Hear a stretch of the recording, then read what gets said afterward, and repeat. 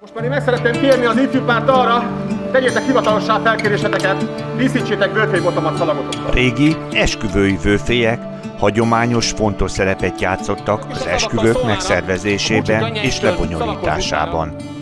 Ők voltak azok, akik a ceremóniát és az ünnepi eseményeket felügyelték. Az esküvői vőfélyek gyakran nem csupán művészi szolgáltatásokat nyújtottak, hanem a helyi hagyományokat és kulturális értékeket is ápolták. Kedves vendég!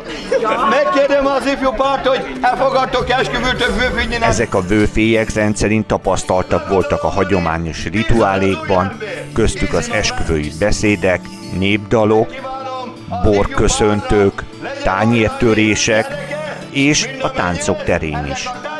Feladatuk volt a fiatal pár és a násznép szórakoztatása is. Emellett segítették a protokoll betartását, például a vendégek üdvözlésében és az étkezés során. Nem üresen jöttem!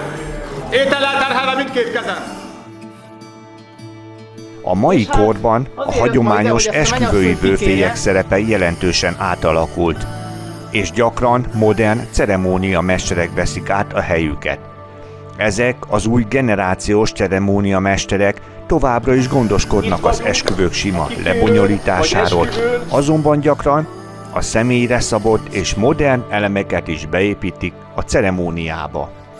Összességében a régi esküvői vőfélyek hagyományosan fontos részei voltak az esküvőknek, és hozzájárultak az esküvői ceremónia emlékezetességéhez és hagyományainak ápolásához.